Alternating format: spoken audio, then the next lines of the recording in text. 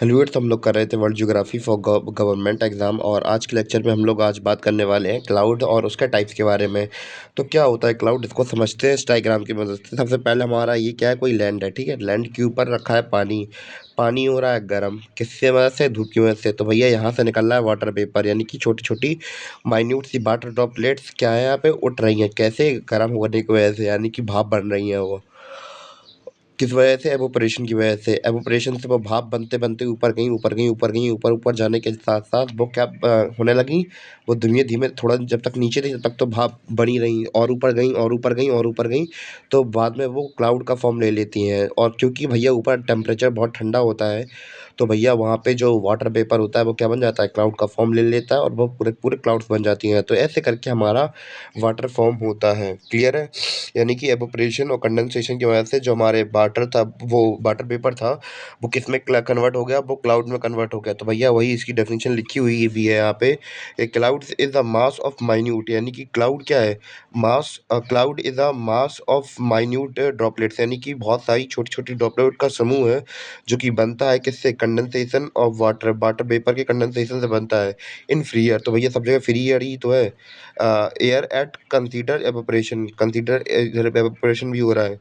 यहाँ पे हिंदी में भी वही लिखा है कि बादल पानी की छोटी सी बूंदों की समूह होता है, जो कि पर्याप्त ऊंचाई पर स्वतंत्र हवा में जल वाष्प के संघनन के कारण बनते हैं।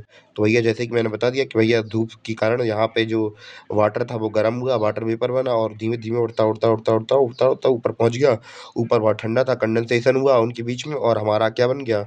गर्म हो गया। आई मीन वहाँ पे आके ठंडा होके बादल बन गया।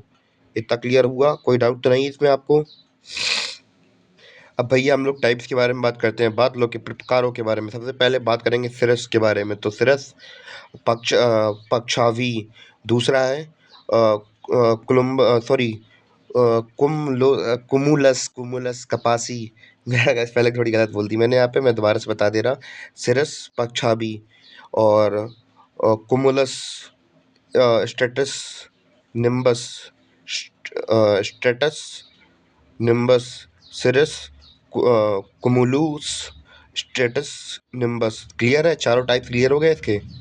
अब भैया हम ये देख लेते हैं कि हमारी ये जो बादल है वो कितनी हाइट में बनते हैं, इनको भी समझ लेते हैं। तो भैया अगर हम लोग बात करें कि इनकी अलग अलग हाइट्स होती हैं, तो जैसे कि निम्बस होते हैं, तो भैया हमारे पहले एक चीज़, हाँ, एक चीज़ और क्लियर कर दूं कि जितने भी हमारे क्लाउड्स बन रहे हैं ये सब के सब ट्रोपोस्फियर के अंदर ही बन रहे हैं। ट्रोपोस्फियर के बाहर क्लाउड्स नहीं जाते हैं। तो भैया सबसे पहले बात करेंगे निम्बस, ये 2000 मीटर की ऊंचाई पर है। फिर है स्टेटस, तो भैया स्टेटस है हमारे 4000 मीटर की ऊंचाई पे। और है क्यूमुलस, क्यूमुलस है 8000 मीटर की ऊंचाई पर। फिर है सिरस, फिर है वो सीरस है 12000 मीटर की ऊंचाई पर।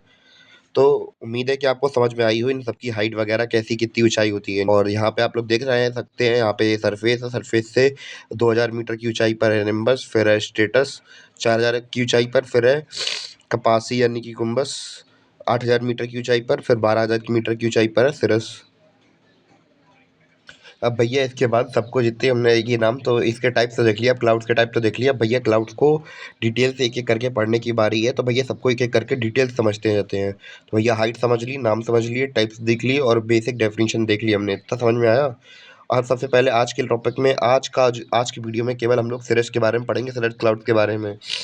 तो जैसे कि हमने सबसे पहला पॉइंट लिखा हुआ भी है कि भैया ऊंचाई कितनी होती है, इनकी कितनी ऊंचाई में पाए जाते हैं? 8000 से लेकर 12000 की, 8000 मीटर से लेकर 12000 मीटर तक की ऊंचाई में पाए जाते हैं। तो ऐसे क्लाउड्स काफ़ी सुंदर लगते हैं देखने में।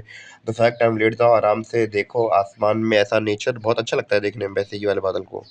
तो भैया दूसरा पॉइंट देख लेते हैं। पहला पॉइंट तो हमने देख लिया इनकी हाइट कहाँ से कहाँ तक होती है। दूसरा देखेंगे भैया ये कैसे होते हैं, बहुत पतले क्लाउड्स होते हैं। कैसे होते हैं?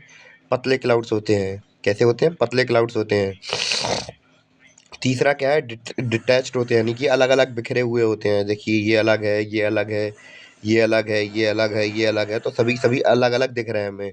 और अगर रंग की बात किया तो भैया रंग कैसा है? क्या क्रीमी रंग है, नीला है, पीला है? कैसा रंग है इनका? सफ़ेद रंग है। सफ़ेद रंग के अलग से वाइट से नज़र आते हैं। तो भैया इनका जो देखने में कैसे लगते हैं? पंख जैसे लगते हैं, फीद रंग, यानी कि पंखों के समान लगते हैं देखने में। और इसी के साथ जो हमारा आज का चैप्टर था वो होता है कंप्लीट क्लाउड्स का बेसिक यूनिट, आज कंप्लीट हो गया। और आज के चैप्टर में हमने समझा क्या क्या, हम लोग पहले वो देख लेते हैं। थोड़ा रिवाइज़ भी मार लेंगे जिससे कि अपन को ध्यान रहे लंबे समय तक कोई बात।